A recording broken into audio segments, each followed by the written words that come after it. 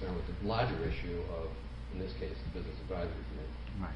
And And that is going to, I told you before, we're working with the Hampton Beach Commission and the Chamber, and it's something that we're going to organize after the season, after the summer, when the business people aren't overwhelmed with business right now, Right. where we can work on it. So that is in the process. It's my understanding that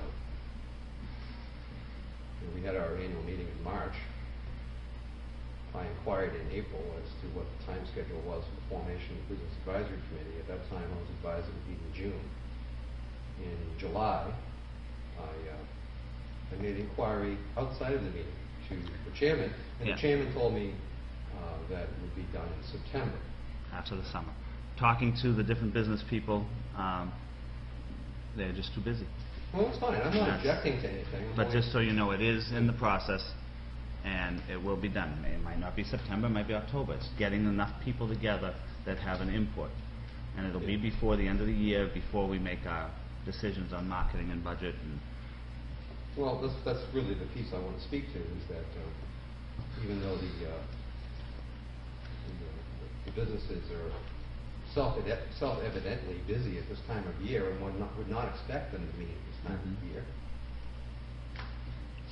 there is administrative work in preparation of the formation of the committee that should be done, or start giving consideration to. For example, what is the scope of the committee? How many members will it comprise of? Okay. And then you have a much larger issue of beyond the committee membership. How is it that we discern that that membership is representative of all of the businesses? So there are a number of it will be like everything else that we do. We'll have it open to everybody that wants to be involved in it. Unfortunately, there's only a few people that ever get involved in these things. We will make it available to any business that's down here in the precinct that's paying taxes to the precinct. And I know a lot of business people down here for many years, and hopefully I can pull them in, and that's what I'm hoping for.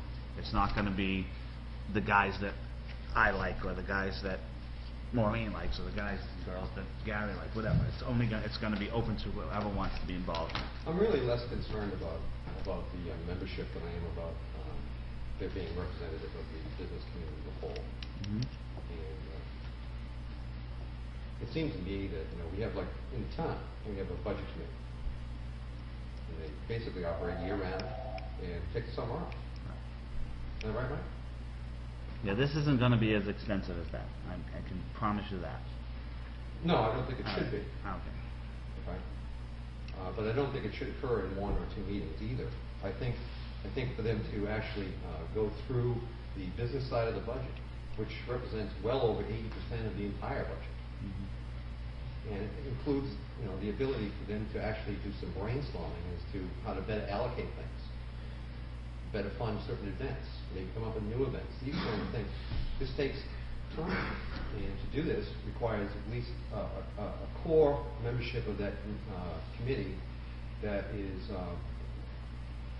somewhat dedicated to it, not necessarily year-round, but see it as something. Well, I promise you this: if the meetings are productive and there is a lot of participation, we will have multiple meetings. If it fizzles out, we'll have our meetings and try to get more involvement. But if it's something that is not going to, there's not going to be a lot of participation, I don't see it happening. But I do, from talking to different people, there's a lot of interest, so I'm hoping that this will become a regular monthly meeting that we can brainstorm ideas from different people. That's what I'm hoping for. It's something that's new. Anything that's new, it could be wonderful, it could be horrible. We don't know. Well, no, I think communication is, even ugly communication is still healthy communication. It may be ugly or not, I don't care. It's still true communication, and that's the beauty here, or rather the virtue we seek. May I ask? Sure.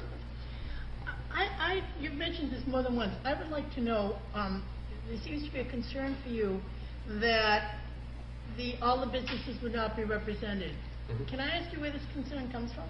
What would make you think that wouldn't happen?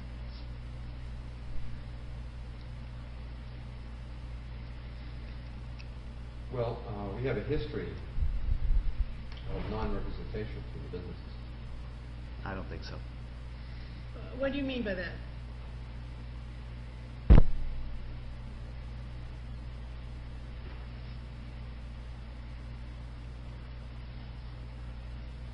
The history of maybe non-participation by the business because Really they're part of happy this with what's motion, going if you on. look down on the last whereas, which really means nothing more than because business taxpayers have no voice in the formulation of the village district. That is the reason. And this motion, keep in mind, was passed unanimously.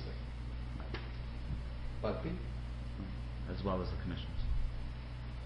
well, Commissioner But- Rage, Citizen Rage, Yeah. the current chairman, yourself, Yeah. actually virtually jumped out of his chair and supported it when he heard it. That's right. I think it's great. And I'm sure Gary and Maureen can tell you, we get calls all the time about Mhm. concerns about different things that are going on from the businesses that are down here. Whether, go ahead. No, that's okay. Whether they're owners of the property or renters of the property, we hear from them regularly. Absolutely. And we try to do whatever we can to help them. A lot of things aren't under our See, authority, but we tell them where to I go. understand that is historically the form of representation they've had is their ability to one-on-one, so to speak, behind the scenes, adjust paradigms accordingly.